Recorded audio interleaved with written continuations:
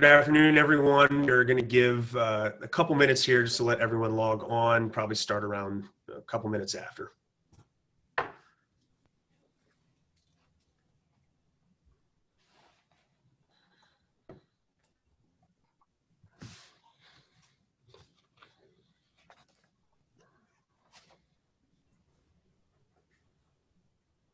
Just to reiterate that for those that are joining, we're going to give everyone about another minute here just to log on before we jump into the presentation.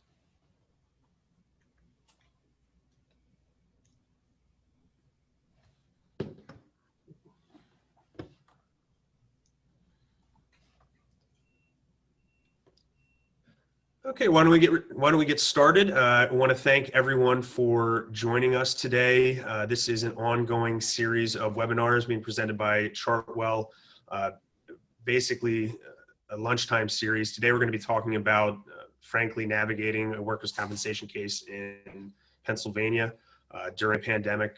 This is a time that's affecting every one of us in all aspects of our lives, and workers' comp is not immune. So we have here decades of experience practicing workers' comp law on both sides of the V, and we're going to give you our unique perspective. We have myself, Jonathan Spadea, Matthew Esslinger. We're both partners at Chartwell, practicing primarily workers' compensation defense. We also are blessed to have Steve Ryan, claimant's attorney with Martin Law. He has years of practice and also has the added benefit of also practicing defense at the outset of his career. He has a wealth of knowledge and input that he can give us. So jumping right into the discussion, a couple things we want to do here today. As I said, we want to give you our perspective as attorneys on what we're seeing with respect to COVID and its effect on comp. And that's going to primarily be the types of cases we're seeing, the types of legal arguments that are being raised both by claimants and by defendants, as well as how our day-to-day practice is affected. That discussion is not meant to be a woe is me, but to help you understand the attorneys and how they practice the law and how it affects the value of your case and the arguments that they're raising. At the end, we're going to talk a little bit about COVID cases themselves and where we see this going with future legislation that's already been passed and on the books. I want to stress that we welcome questions. This is a rare opportunity where you have both defense and claims attorneys available at your disposal. I understand that it sometimes can be intimidating on a chat to ask questions, but I guarantee if you have a question, someone else has that same question. We're going to do our best to monitor the questions and answer everyone we can, but we're happy to follow up if we don't get to your question. So with that background, I actually want to turn over to Steve because we were talking the other day and I thought you mentioned something that frankly I thought was a little profound, and I'm going to paraphrase it, but you mentioned that the pandemic is moving faster than the law. What do you mean by that? Well, first of all, thank you for the introduction, John. It's a pleasure to be here, and I appreciate the offer of you guys allowing me to come in here and give you my point of view. I also appreciate you calling me profound. I'll remember that the next time we're in court together. Please do. Really, what I meant is, you know, there's a famous jurist. His name was Oliver Wendell Holmes. He was a Supreme Court justice. Long ago, he said, "The life of the law is experience, not logic." And I think right now we're kind of living that. The pandemic has changed the way that we practice law. It's changed the way, for instance, that I interact with my clients. It's changed the way I present evidence.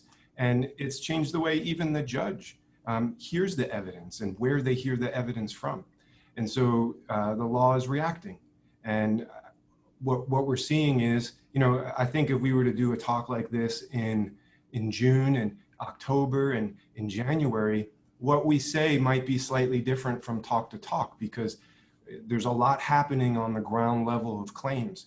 And I think we're going to see that judges are really going to matter. What judge you're in front of, how they perceive these issues are really going to matter as we move forward. And it's one of the things that we as attorneys can bring value to our clients, whatever side you're on, because we're in front of those judges every day. Thanks, Matt. Anything to add? Yeah, I would absolutely agree with Steve just on his profoundness, but also thank you for introducing us, and Steve, again, thank you for joining us.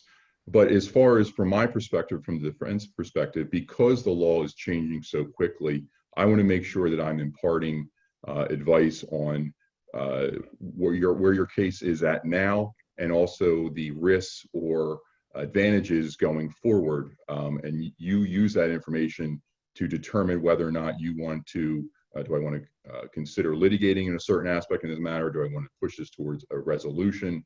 But again, using what you have available to you right now and understanding that there is a lot of risk and uncertainty going forward. And I think throughout this, we're going to try and give you the lay of the land right now via the pandemic, but can be cognizant of it might change very quickly in the future. Thank you both. So with that, let's dive in. And we're actually not going to start with COVID cases themselves, people alleging cases of COVID.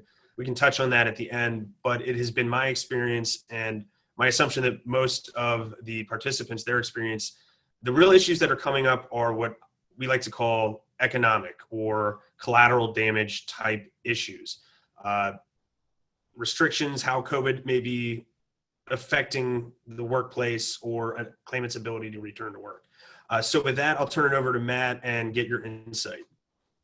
Yeah, so this section of the presentation is really going to focus on, from an employer perspective, and of course Steve will give the claimant's perspective of, you have an injured worker who has a disabling injury, and essentially from the employer's perspective, arguing that that individual's loss of earnings is related to the pandemic, specifically economic reasons, say for instance, either the business lost jobs as a result of the pandemic because of economic slowdowns related to the pandemic, or unfortunately, if there's a situation where the business has closed, you making that argument as the employer / carrier to say, well, we should not have to pay ongoing wage loss benefits, whether it be total disability benefits or partial disability benefits, because it's not due to the work injury. We're going to set a hypothetical or pose a hypothetical to you so you can figure out from that whether that looks similar to something you might have on your desk. After each section also, we're going to try and focus on a summary / takeaways of things that you should remember, or we would encourage you to remember relative to possible claims you might be seeing at this time and avenues of a defense. We're going to reference some cases by name and maybe the court that they came from, the final court, and also year. However, we don't want to get too deep into the legal weeds of actual case citations, things like that. If you do want that information, please feel free to reach out to us. Our email information is on the our Chartwell website. We also then Steve's information as well we can share, and we can get that information to you if you want to have the actual cases to look at for your cases. So what I'm going to try and do is, and this is maybe just for me, that I like to look at something more like a logical flow chart. So if this, then this. And I think that's helpful when you're dealing with a lot of different cases that may look different, but is there a common theme? So in this instance, we're going to assume for this hypothetical that we have an injured claimant. Let's say it's a right shoulder injury, and that injury is disabling. Additionally, for this section of the hypothetical, we're going to say that that individual is receiving ongoing total disability benefits, so wage loss benefits. So you have this claim on your desk. When you're determining, is there any avenue I can have to reduce or suspend or mitigate the ongoing award of wage loss benefits? We will see this throughout the presentation, but communication with the employer is paramount. because they are the one on the ground who deals with the claimant, who has access to coworkers. So they're going to have access to information that you would not normally have. I'm sure you normally, through the course of your handling of a claim, will talk to the employer, and that's also helpful if it goes to litigation and we're involved. It's helpful when we talk to the employer, because again, they might have information that is not known to us, and maybe social media, things like that. So if you have an individual who's receiving wage loss benefits, total wage loss benefits, they have a disabling injury, reach out to your employer. Where in this instance, we're going to assume that the employer had a loss of business. Maybe they lost a contract. Maybe as a result of that, they lost jobs. Maybe, unfortunately, they've been closed down. And if they are willing to complete, say, for instance, an affidavit or ultimately testimony saying that absent the pandemic and business loss resulting from the pandemic, they would have a work available, then you have that in your pocket. The second thing you're going to look at is whether or not your injured worker has, your claimant has restrictions. You're going to see this throughout this section, in that whether or not the individual has restrictions is going to allow Steve for an argument regarding presumption of ongoing disability. So in this first instance, we're going to assume that the individual does not have restrictions. Maybe it's a best case scenario where they don't have restrictions from a treating provider, or maybe it's the treating provider has restrictions, but you sent them out for an independent medical examination and the doctor comes back and says full duty, okay? So in that instance, you're going to take your argument that the individual is not disabled because they have a full duty release, and you're also going to couple that with your information from the employer, and the employer specifically is going to say, presumably in this hypothetical, that the job is not available due to economic reasons associated with the pandemic. Then you can go forward and file your suspension petition. So that's the situation where you have, again, injured worker receiving total disability benefits, no restrictions. Now, the reason or the case law you're going to cite to is it's case Donahue. It's a Commonwealth Court case from 2015. And that really is a great case just because it lays the foundation for this argument that the loss of earnings is due to economic reasons unrelated to the work injury. Of course, it's pre-pandemic, but again, we're using these economic cases to argue that the earning or loss of earnings is not due to the work injury. Right. Steve, are you going to, if I file that petition, what are you going to do? What are you going to argue?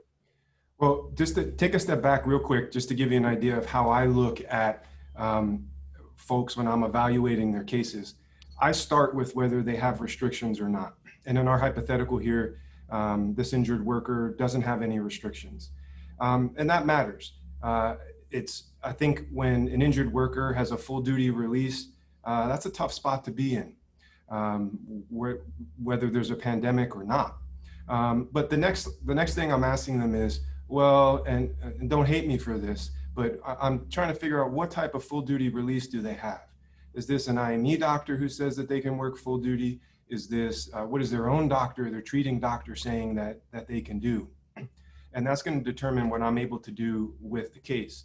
But bottom line, if you file that suspension petition, I'm in court arguing for that presumption. I think the general rule, the general rule that's underlying all of this talk is that when an injured worker goes back to work light duty and is then forced out of work because of economic reasons, they're entitled to total temporary disability benefits, in my view, and on an ongoing basis. And I'm in court constantly arguing, you know, Your Honor, these restrictions are related to the work injury. It's the work injury that keeps them disabled. I recognize that there's an economic condition out here in the world, all the more reason to keep their benefits going, in my view. And to Steve's point, in that instance, if Steve has a treating doctor that is saying, yes, my client has restrictions, and then we have a defense medical doctor or an independent medical doctor saying no restrictions, obviously there's going to be a medical dispute regarding whether or not there's restrictions. That's going to be one aspect of it. Now, if you have a treating doctor saying full duty, I think that puts Steve in a much more difficult spot, because he is going to have a hard time saying I'm entitled to that presumption. And one of the things I have to manage on my side, and I think is a theme through all of the cases that we're going to discuss here today, for injured workers, is self-limitation and hypothetical problems with whatever job might be out there. They don't play too well in court. It can be judge specific, but on my side, when I'm talking to my clients and they're telling me I can't do the job, my first question is, well, did a doctor say that? I always tell my clients that the doctor's opinion is like the gasoline in the vehicle of your claim, and I can only drive it as far as the doctor is going to allow me to do that. So that's absolutely essential. And part of my job is, if I have a full duty release, for instance, I have to say, as part of the counselor part of my role, hey, you got to go back and try that job, and give it a try. See how you feel. Go back to your doctor, and when you're back with your doctor, tell them how you feel. Is your doctor going to give you restrictions after you've tried the job? That's an open question. And I also will hit on the point that Steve made regarding, a fairness aspect to this, because maybe it's not specifically spelled out in case law, but obviously these cases are being held or heard by judges who are people. So their sympathies matters to you. So if Steve's going to put on a claimant who's saying, listen, I have restrictions or I don't have restrictions, and even if I don't have restrictions, the job is not available because of the pandemic, that's not my fault. At the same time, as employer / carrier, you got to come forward hopefully with an employer and say, listen, I'm hurting too. My business is hurting as a result of the pandemic due to economic reasons.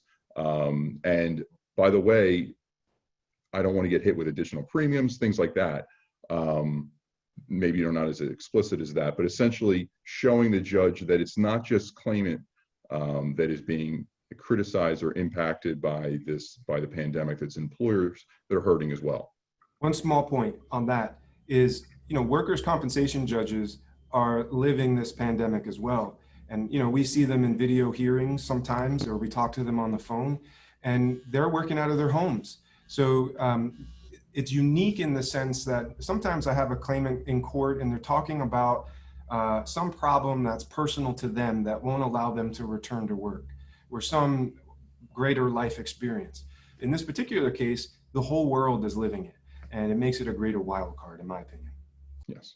And I think I would just add to that, and we're going to touch on it, but this is one of the rare times where the same experiences that might be sympathetic to the claimant also apply to the employer as well. And it is important. It's always important for the employer to have a good face and to participate to the extent they can. But especially during this pandemic, these times, the same issues that are creating hardships on the claimant are also creating hardships on the employer. And as we're going to see, that is important for the cases that you have and that you're litigating. So with that, Matt, I want to change up your hypothetical just a little bit, and I'll open it up to both of you. But Matt, to start, say your worker or the worker has restrictions, but what happens if the job can still be done? If it, can the claimant still do the job even with the restrictions he has? Does that change the dynamic at all? It doesn't, John, and that's a good question. And there is nuance here, and this again is important when you talk to, or important aspect for the reason to talk to the employer, that if you have, say, for instance, the treating doctor, and let's go back to our hypothetical, we have a right shoulder injury, and say the treating doctor says no overhead lifting, okay? Well, you take that restriction to your employer and say, the pre-injury job, would it require overhead lifting? And if it doesn't, then you can make an argument that we can move forward with our petition. And by the way, Steve and his peers, you're not entitled to presumption, because the case law, and this is the Trebnin case, building supply, this is the Donahue case, that they look specifically at whether the work restrictions from the doctor require a modification of essentially the pre-injury job. I think in Donahue there was an instance where the individual had restrictions, but they did not actually require a modification of the job. So just because the individual has restrictions, it doesn't mean your petition is dead in the water. And even if they do, it's not dead in the water, but it allows you as a defense defendant to argue against a presumption. Because again, when you're dealing with no job availability, and that's ultimately what we're trying to do here, and that lack of job availability is due to the pandemic, it's getting around that presumption because, and Steve knows this, if the claimant gets that presumption, it'll be very difficult for you as the defendant to overcome that when you do not have an actual job to give claimant to return to work. Steve, if you have a claimant, go ahead. Yeah, and let me just give you a heads up. I have construction that's getting closer and closer to my office, so I'm trying to keep myself on mute. If you hear it, I apologize. So Donaghy's an interesting case because, and I think it's an outlier, obviously, because of the side that I practice on, but it's a case that I have to take seriously. Matt and John are right that when one of my clients is released to return to work with restrictions and those restrictions don't impact their job, I have a problem. And so I'm constantly asking my clients, I'm walking them through what they do at work. Is there anywhere where that you modify your job, whether your doctor knows about it or not? Do you modify your job because of your work injury so that you can perform it? Sometimes we're able to get to some things and build off of that. I'm also asking them, when you do this job, even though there isn't technically an alteration to it, do you feel any pain? What's your pain level like? Are you working only through severe pain? And that's not my ideal case, but it's something that I think I can take into court and still do something with, depending upon the facts. Donaghy was interesting because that claimant, they went back to work and they still had a loss in earnings. And that's troublesome to me because when I see an injured worker who has restrictions and has returned to work and has a loss in earnings, I'm thinking, okay, we're going to get you some benefits. And I think what was key in Donaghy was that injured worker had the ability to schedule herself. She had some supervisory ability, and she was scheduling herself at some level that kept her loss in earnings as continuous. And she also had the mistaken assumption that her doctor thought she couldn't work a full day, or she had some limitation on her hours. And the doctor testified and said, I don't know what she's talking about. That's a problem. And so you have somebody who's able to schedule herself and a doctor who's not limiting her hours. What does that amount to? It amounts to self-limitation. And that does not play well in front of a judge. And that's a problem for me. And Steve, to that point, I'm sorry, John, go ahead. Oh yeah, no, I was just going to piggyback real quick off what Steve said. Matt, you'd mentioned this earlier as well. Donaghy highlights the importance of employer evidence and getting those facts and those pieces of information that you would not know otherwise. For example, the fact that this claimant had the ability to schedule herself, and I believe more than that, schedule other people to take care of any duties that she could not herself do. Just to highlight what Matt had said earlier, the communication here is more important than ever during the pandemic between the attorney and the employer. Can I just say, just to give you a perspective, there's things that I will know that Matt and John can't know because my client tells me. And that they're in some things I use, some things I don't. And as much as I hate to say this, when an employer is more involved in a case, you even out that playing field because there's things in Matt and John's mind that I will never know if they're not in paper that the employer has told them. And to the extent that the employer is more involved in the claim, the harder it is for me to deal with, if I'm being straightforward. And that's where, again, if I'm the carrier and you guys listening and you have a case and you reach out to the employer, it's not just what was told to that employer directly. It's, have you talked to other coworkers, other employees? Again, do we look at social media? Because they all, especially when you have a lot of these claimants that are talking to coworkers and things like that, that's information that could be helpful and actually will lead into one of our other cases. As far as what is the reason the claimant's not going back to work? Is it childcare issues? And then also then circling back to the actual restrictions, again, to kind of put a bow on that, just because they have restrictions, make sure that it's, or find out whether it actually requires a modification of the job. And also the self-limited or presumable or potential restrictions were addressed in, I think it's Donahue and Trebden Building Supply. You want to look to see whether there's specific restrictions or lifting restrictions, overhead restrictions, and things of that sort. So turning then to the hypothetical, or let's turn it, so you have restrictions that they actually require a modification of the pre-injury job. Are you essentially sunk in these arguments? And again, the arguments being that I do not have to show job availability because there is no work available. And we'll later on talk about labor market surveys, but we're looking at job availability with a pre-injury employer.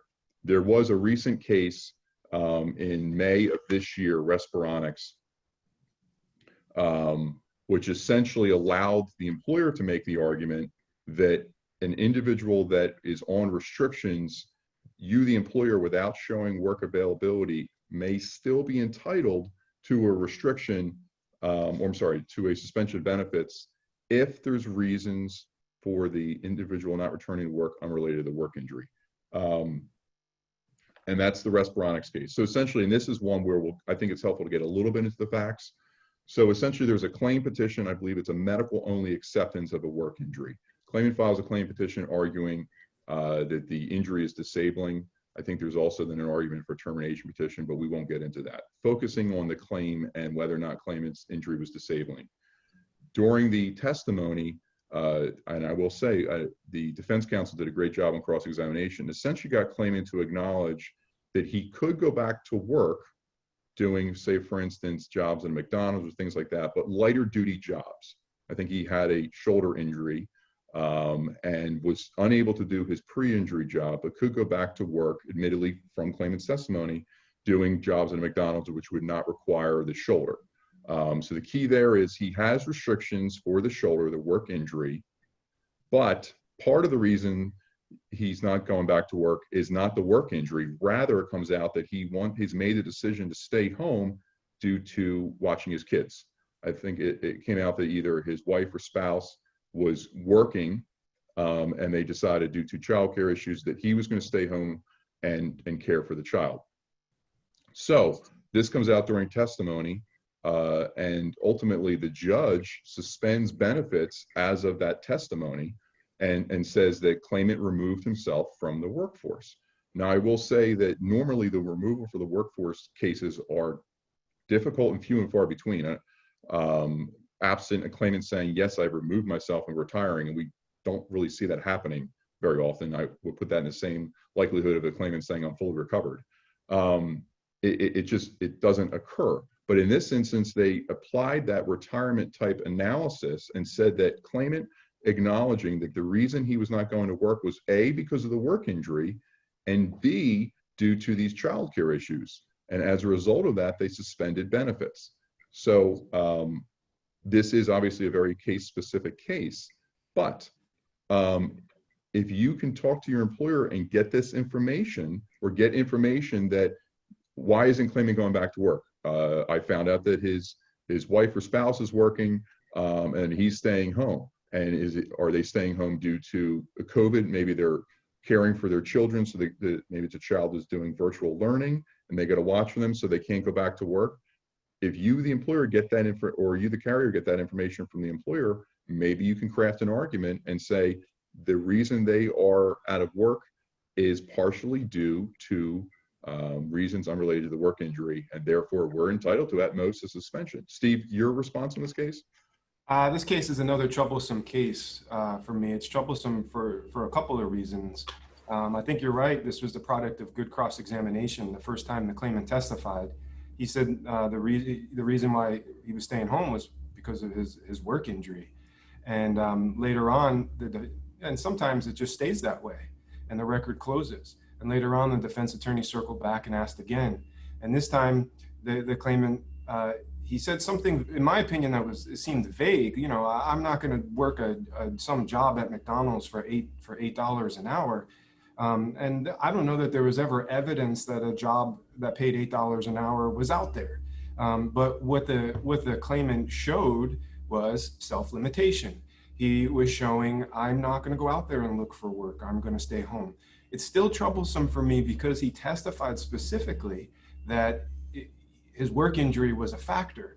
And normally, you know, if I were to leave that hearing, I would be thinking, okay, it's not the best testimony, but he did tie it to his work injury. So, you know, I'm not feeling too bad about that. But after Respironics, I think, you know, I'm going to have to be talking to my clients and preparing them for questions like that. This particular claimant made a choice, and it limited his ability to work, and the judge pounded him for it. I wonder what would happen if his attorney said, you know, would, for instance, you have ever considered being a stay-at-home dad if you didn't have this work injury? Or if he said something like, you know, I've been looking for work. And, you know, there would obviously be follow-up questions about where he looked and what he was doing. But because this is so fact sensitive, questions like that can really change the outcome. And it doesn't seem like, I would bet that the attorneys were surprised by the result. I would absolutely agree with Steve there. Go ahead, John. Yeah, I would just add to what both Matt and Steve have said. This is something that I think every attorney, at least on the defense side, should be exploring with every single case. We all can turn on the news every night, look on Google. Every single parent in the state, in the nation, is dealing with childcare issues, whether daycare or they're having to do some type of virtual learning or homeschooling. And because of this Respironics case, there now may be an argument that the injured worker is staying home for reasons other than the work injury. I agree, Steve raises some very good questions, and no doubt it will be vehemently challenged, if I had to guess, any further suspensions. But this is one of those issues that I think needs to be explored now going forward on every single case, because you just don't know. And let me just give you a little background from the claimant side, why a claimant would answer that way. I mean, I come from a working class background. My father was a merchant sailor. If he was hurt on a ship, he wouldn't go work in McDonald's because his career was working on a ship. And I think there's an ethic in people who have dedicated their life to something to say, hey, I'm not going to go find some two-bit job just to work. And there's a tension between that ethic and what the system expects of them. I would add, depending upon what judge they're in front of as well. And I also add that to Steve's point there, that this claimant was very honest, that he didn't feel like he should have to go back to work to do the job at McDonald's and not knocking McDonald's or whatever, but that type of lighter work, because that was not his profession. I think where Steve would argue that he was just being forthright and honest, the judge took it as, well, I'm not going to give you wage loss benefits when you're refusing to go back to work. I would also add that I stress that you should talk to the employer and potentially get this information, because it's not one that a case that you can use across the board. It's very limited, I think, with these facts. But if you have these facts, and again, I think that their likelihood that they're present during the pandemic are higher. If you're, and we'll talk about unemployment compensation, but in a minute here. But if you have somebody receiving regular unemployment compensation benefits, there is an aspect of that they should be available for work. So are they receiving unemployment compensation benefits, and as a result of that, available for work and not returning? Can you explore that further and make an argument that the reasons not returning to work is unrelated to work injury? Matt, just something to think of. I 100% agree. And just noting time, want to continue on with the hypothetical. One of the defense tools we use often are labor market surveys. Do you see that in any way impacted by the pandemic in litigation? I would say that labor markets, and I'll focus on labor market surveys performed during the pandemic. So let's say, what is it, March 16th of this year through the present, and whenever it's done, hopefully sooner rather than later. I find that the big point here is, if you're having a labor market survey performed at that time period, that you talk to your vocational counselor and they try and find essential jobs. And what I mean by essential jobs, I mean the Home Depot, the Lowe's, the grocery store jobs that, no matter past restrictions from the government or future restrictions, hopefully we don't have additional ones, but if that happens, that you insulate yourself from a situation where your labor market survey is limited because, all right, hypothetically, the job was open as of today, but then 2 months from now, there's a shutdown and the job is no longer available. Now, I would argue that legally, the only time period you're going to look at from the defense perspective is the time the labor market survey is performed. Also, per Phoenixville, the reasonable amount of time for, I do that in quotes, reasonable amount of time for a claimant to apply. However, going back to what Steve and John had said, the judges are people as well. So if the judge knows that this job clearly is not available anymore due to the pandemic, and this was a labor market survey performed during the pandemic, the judge might take that into consideration. Steve, I know the claimants bar loves labor market surveys. How would you respond, specifically taking into account the current times? Yeah, well, at the outset, I'm not seeing too many labor market surveys. I've seen them begun and then kind of paused. And I think folks are trying to figure out what exactly to do here.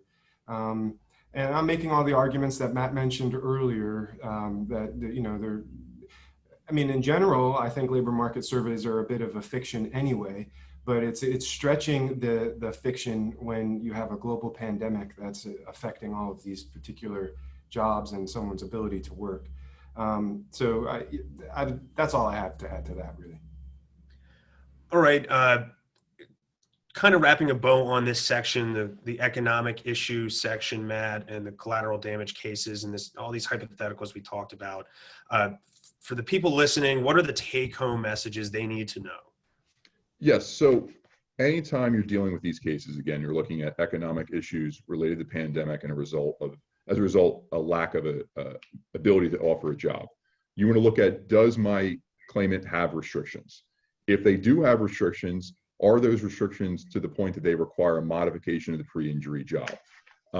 If that is still the case, so we're assuming that we go through essentially this checklist, we have restrictions, they require modification of the job. Is there some other argument I can make that the reason claimant is not returning to work is not due to the work injury, it's due to something else, hence that Respironics thing we're talking about. Additionally, and I apologize for continuing to reference this, but it's very important, talk to your employer, tell them to talk to other individuals to get this information to you as the carrier and employer, so you can find out what arguments I can make, and really I would continue to stress that information evens the playing field. So hopefully some of the information that Steve has with his client, we have as well, because the employer is sharing that with you.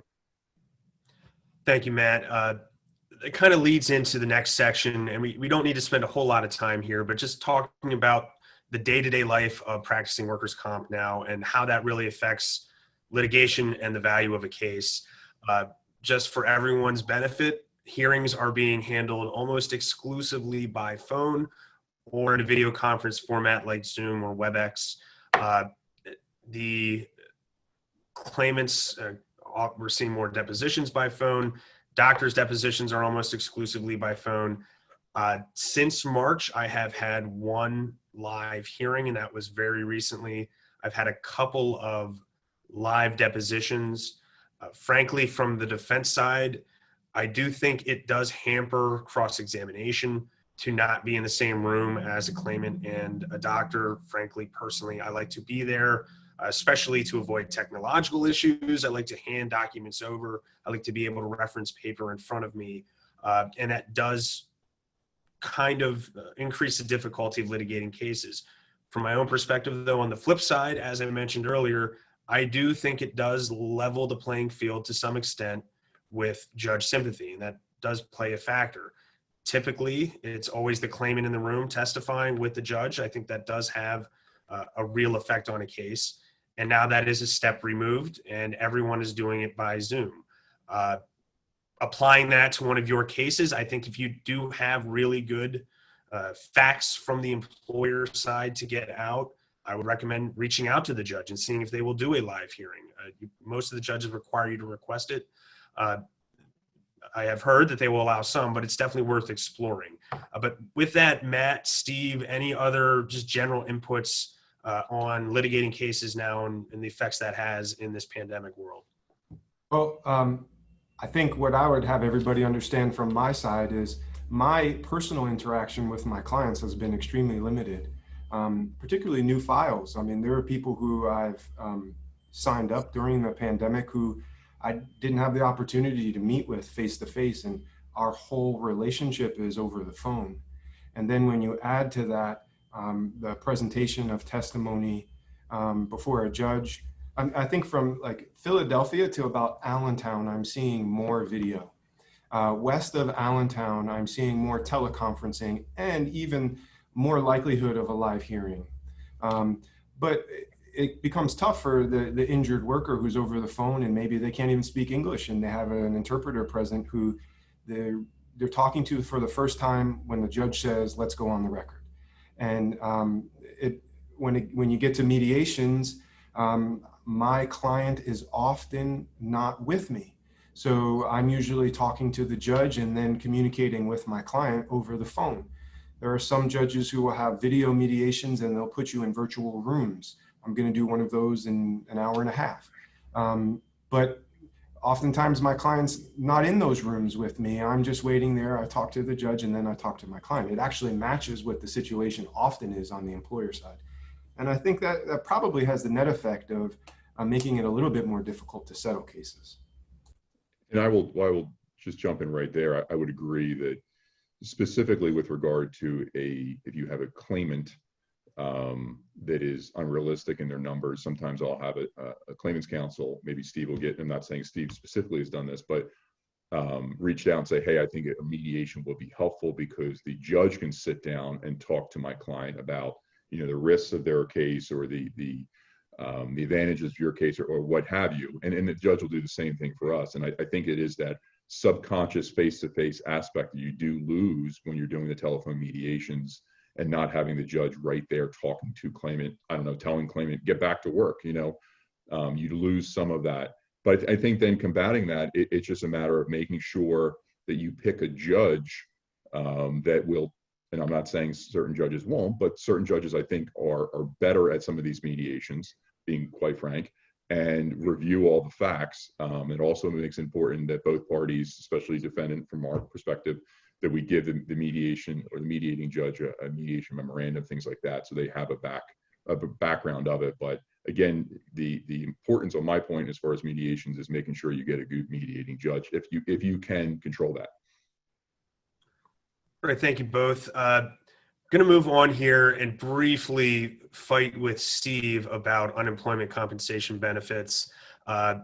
This is, I believe, a novel issue. I think it is one that, again, should be raised on every single case where a claimant is receiving unemployment benefits. So I'm sure everyone listening knows that in workers' comp, if you're receiving workers' comp benefits and also unemployment compensation benefits, you get a credit, you being the insurer or the TPA. As you all may recall, the CARES Act that was passed, I believe back earlier this year, afforded a $600 per week additional benefit to those on or receiving unemployment compensation benefits. I think it is clear that employers should get a credit for those additional monies. The Act itself explicitly states unemployment compensation benefits received are entitled to a credit, and there is no delineation from the federal pandemic benefits to the unemployment benefits administered through the state. And by the way, both are administered through the state. But I understand that claimants' counsels do not generally agree. So I'd ask for the response from Steve. And what are you shaking your fist at in front of the judge and yelling at me for? So I think this is a hill that most claimants' attorneys are willing to die on in the interim. I would be surprised if you see any claimants' attorney stipulating to an unemployment compensation credit that would include the federal pandemic supplement for a few reasons. But the most important of which is there is a case out there, it's called Dietrich, that talks about a federal benefit that was a supplement to unemployment compensation benefits. It was administered through the state, and the employer in that case was deemed to not be entitled to the credit. And I think that particularly when a lot of claimants attorneys uncovered that case. It's, we're going to be wielding that in court with all of our might. Now, I am on record, I think, in other presentations where I do acknowledge that there is a fairness aspect that would tip towards the employer. I have had clients when the supplement was initially issued that were receiving more in the federal supplement and unemployment comp than what they were making. And in that context, I was going into court expecting the judge to roll their eyes at me. I think that may have changed over time. And I think this is a good example of where what's going on in the world, how it's outpacing the law. When you have a political thing going on where it hasn't been reinstituted yet, it may cast a different light on the extra money that they received at the front end of the claim. So I would expect a fight on this until we get some guidance from some of the appellate courts. And John, I'm going to shoot it right back to you. Steve referenced the Dietrich case. Is there a defense response to that? Yeah, I would say that case is clearly distinguishable. It comes, I believe, in the mid-'70s. One, the federal benefit was not unemployment compensation benefits. It was not specifically referenced in that section of the act. Here, the pandemic benefits are explicitly called pandemic unemployment compensation benefits. And in addition, there has been case law since the Costa case, which suggests, albeit in a footnote, that the whoever pays for the funding of unemployment compensation benefits doesn't matter. It may matter for other types of credits, like a pension, if the employer's funding the pension, whether or not they get the credit, but it doesn't apply for unemployment compensation. This is something Steve and I can fight about and probably will for a while. I will just note for everyone listening that one, even though the initial benefits stopped, we're still talking on average, for 3 months, anywhere from 5 to 10 grand, depending on exactly how much of that additional benefit over and above the regular unemployment compensation benefit they received. And this is just my own personal opinion, this issue is going to rear its head again in the future. I don't know, and I'm not going to discuss politics, but whether another stimulus bill is passed next week, next month, or next year, if it is passed, one of the main components will be an additional unemployment compensation benefit of some kind. So for anyone who's litigating these cases on the defense, this is an argument that is easy to raise, easy to preserve. You don't want to waive it, and you want to preserve it to the full extent you can. Again, noting and cautioning, as Steve mentioned, that this is something that will not get decided anytime soon. It will have to be decided, and it's just going to be up on appeal by at least the Commonwealth Court. We've only got about 10 minutes left here and a lot to talk about. So I want to kind of turn the focus to COVID cases themselves, and frankly apologize to everyone who is expecting to get into specific COVID claims. But there's a reason that we kept them towards the end. By my last check, there's been about 160,000 cases of COVID in Pennsylvania and about 8,500 deaths. Numbers could be off here or there.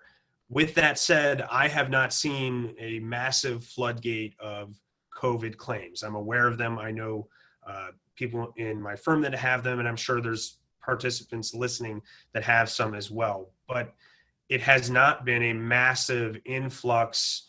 Floodgates are opening, everyone's storming the castle gate of COVID claims. And frankly, I believe there's two reasons for that. One of those is just the difficulty it is to prove the case. And I'm going to turn this over to Steve briefly to explain why. And also the amount that is at issue. Many times, thank God, people recover quickly with little to no medical treatment. They can return to work briefly. So the amount of workers' compensation benefits you could potentially get is very limited. To that end, though, Steve, I just want to check. I know there are different avenues that a claimant can take. Am I right in assuming that it is a difficult case to win? I'm approaching it as a difficult case to win. One of the reasons why it's difficult, and I say that with the added exception, depending upon the facts. Right.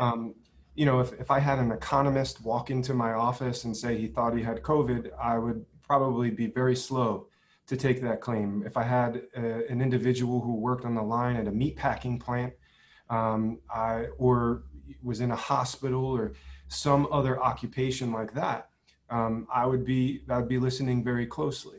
And one of the difficulties is drawing the connection between their exposure at work and their diagnosis. You need facts to do that. One thing I would add is if you Google these things, you'll see like Amazon issued a statement recently about the number of employees they have that tested positive. And there are some numbers out there about the numbers of individuals in meatpacking plants that tested positive. Those are all things that I'm going to be using in court. I'm very thankful that they're doing it. I know they're doing it for some reason, but it helps me have at least some number that I know I can track to that particular employer. And there is case law out there. There's a famous case called the Kiss of Death case. It's Newcastle, where a claimant had contracted a rare form of meningitis and eventually died. But they were able to track it back to his workplace by showing that there was an individual in the workplace that tested positive, and there was factual evidence showing that that claimant had given that employee a kiss goodbye when that employee was going on maternity leave. Those are the types of facts that I would need to link someone's COVID diagnosis to an exposure at work. And John, let me punt that back to you. If you have a case like Steve was referencing, that meningitis case, and he's shown that it's more likely that you're going to get meningitis at work in this hypothetical, how are you combating that from a defense perspective? So again, facts of my own, especially with respect to COVID. You really need to explore all the other avenues and places and possibilities they could have contracted the disease. Are you going to the grocery store? Did you travel?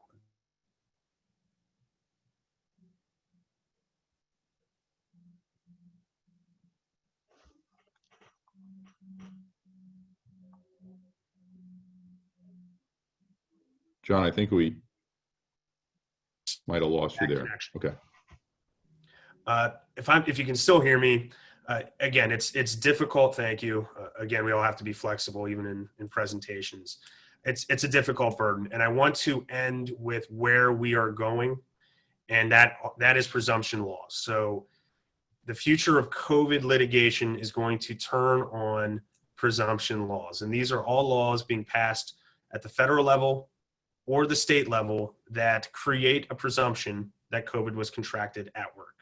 California has one, New Jersey has one, and Pennsylvania is considering at least 2 at this time. And what are those, if I can interject, John, the Pennsylvania ones that are currently being considered, I guess, in some aspect of the PA legislature, in the Senate or the House? Can you maybe talk a little about what those are quickly? Sure, very briefly. House Bill 2485, and the one that, not to be doom and gloom, that you need to worry about is House Bill 2386. This is a bill that creates that presumption, but what worries me as a defense attorney is that it is an irrebuttable presumption, and it applies to a wide array of workers. So most of these presumption laws address first responders, doctors, police officers, ambulance drivers. House Bill 2386 broadens that to retail workers, fast food service industry workers, agricultural workers, and farmers, and also a catch-all provision of life essential businesses. That is Governor Wolf's terminology for any business that was allowed to stay open during the pandemic. You have a hard time finding workers that would not apply. And again, this is irrebuttable, meaning if you got COVID, it is presumed to have occurred at work. Point blank, full stop, end of story. The employer cannot put on any further evidence to dispute it. That is a work injury. My hope is that the legislature softens some of the language. But these are popular bills. These are passing pretty easily, even at the federal level. It is a very sympathetic position for a politician to take to support workers through these types of presumption laws. And I would argue that they shift with these broad burdens, with broad presumptions, they shift the cost onto the employer. So it is something you need to be cognizant of. And I think if these bills do pass, especially that 2386, I do think you then see this influx and this floodgate of cases, even if you have very minor injuries at this time, very limited treatment. As Steve can attest, there are time limitations to file claims, and the nature of COVID is such that we don't yet know the long-term effects. I know there are mixed studies and sciences addressing the cardiac issues or long-term pulmonary issues. So if something like this is passed, I do think you could see claimants filing just to get the injury on the books in case of issues down the road.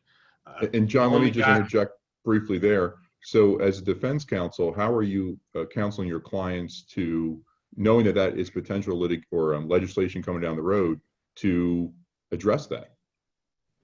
Great point. Glad you brought that up. It's something, one, you need to know this as a defense attorney and an adjuster or a carrier evaluating the case. Right now, I would argue that for COVID cases, you have a lot of leverage as on the defense side, given the hurdles that it takes for meeting your burden of proof. But that leverage can flip in an instant. And if you have a case, I would argue if a client comes to me and they have a small case, a worker, with just, a week or two, they were off, a couple of treatments here, I would strongly recommend that maybe you do no liability, but you pick it up or settle it. I doubt you'd ever be able to get a resignation with that, but you at least get rid of that possibility. I would be very hesitant to, especially in some of these stronger cases Steve discussed with factory workers or better facts, to leave that open and leave that to chance, because at any point the legislature could pass that bill and it becomes law, and in an instant you've lost your entire arguing position. So with that, I will just take a moment to open it to any questions on the chat while I do my final thoughts. I do want to thank everyone for tuning in today. I want to thank both Steve and Matt for giving their valued input, profound or otherwise. I would like to remind everyone that these are an ongoing series of discussions through Chartwell. Chartwell is a great COVID resource center with blogs and articles and updates on these state laws we're talking about. I recommend everyone check it out for any further information. But with that, if there are no questions, I again want to thank everyone for participating today, and I hope you have a great afternoon. And I would also echo a thank you to specifically Steve as well for being a very helpful participant. And I really appreciate him joining in here and giving his thoughts. And I will say also, he's an excellent attorney. And if you have cases with him, I think, hopefully I'm not speaking out of line, Steve, but he's reasonable, but he's also very thorough. So if you do have cases with Steve. Thank you for having me. I appreciate being here. If anyone wants to connect with me on LinkedIn. I'm happy to coordinate anything on LinkedIn. I'm always giving out information, and I really appreciate the opportunity. Thank you, Steve. Thank you, John. Thank you very much. I did see a question come in. I will try and address that since we're running out of time here. Hopefully we can connect after. You can get my or Matt's email information regarding the quarantine question after the presentation today. And we'll get back to you. All right. Thank you, everyone. I hope you enjoy the rest of your day. Thank you.